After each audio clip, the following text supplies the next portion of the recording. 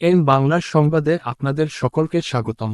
South Africa tariff on India USA এর পর এবার ভারতের উপর 50% শুল্ক আরোপের পথে দক্ষিণ আফ্রিকা। খবরটি প্রকাশিত হয়েছে আজ তাক বাংলা অনলাইন প্ল্যাটফর্মে।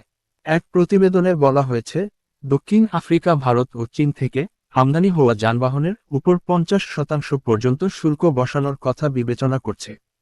ব্লুমবার্গের খবর অনুযায়ী, সে দেশের বাণিজ্য, শিল্প ও প্রতিযোগিতা দফতর ইতিমধ্যেই বিষয়টি খতিয়ে দেখছে। হঠাৎ কেন এই সিদ্ধান্তের কথা ভাবছে দক্ষিণ আফ্রিকা? দক্ষিণ আফ্রিকার প্রশাসনের মতে, ভারত ও চীন থেকে ক্রমাগত বাড়তে থাকা যানবাহন আমদানির ফলে সে দেশের স্থানীয় অটোমোবাইল সংস্থাগুলি চাপের মুখে পড়ছে। বিশেষভাবে কম দামের গাড়ির কারণে দেশীয় নির্মাতাদের বাজার ধরে রাখা কঠিন হয়ে উঠছে। সেই কারণে আমদানির লাগাম টানতে এই উচ্চ শুল্ক আরোপের বিষয়টি ভাবনাচিন্তার মধ্যে রয়েছে। প্রতিবেদন অনুযায়ী, স্থানীয় শিল্পকে সুরক্ষা দিতে বিদ্যমান শুল্ক কাঠামো সংশোধনের দিকেও নজর দিচ্ছে দক্ষিণ আফ্রিকা।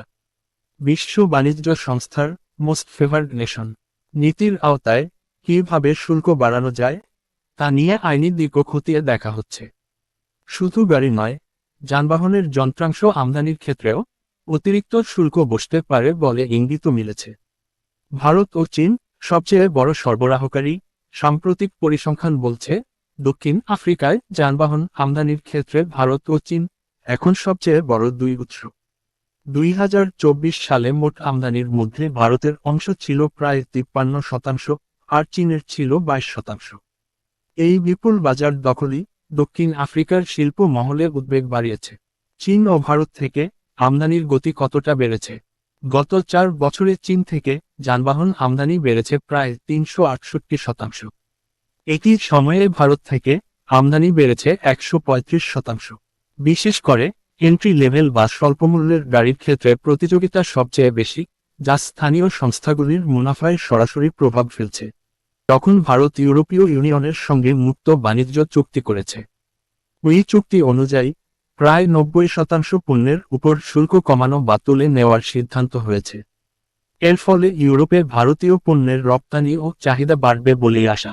অন্যদিকে আমেরিকা ইতিমধ্যে ভারতের উপর 50% শুল্ক আরোপ করেছে, যা ভারত থেকে আমেরিকায় রপ্তানি হওয়া পণ্যের দাম বাড়িয়ে দিয়েছে। তবুও চলতি অর্থবর্ষের ডিসেম্বর প্রান্তিকে আমেরিকায় ভারতের রপ্তানি বেড়েছে বলে জানা যাচ্ছে। এই পরিস্থিতিতে দক্ষিণ আফ্রিকার সম্ভাব্য সিদ্ধান্ত ভারতীয় অটোমোবাইল শিল্পের জন্য নতুন করে চিন্তার কারণ হয়ে উঠতে পারে বলেই মনে করছেন বিশেষজ্ঞরা।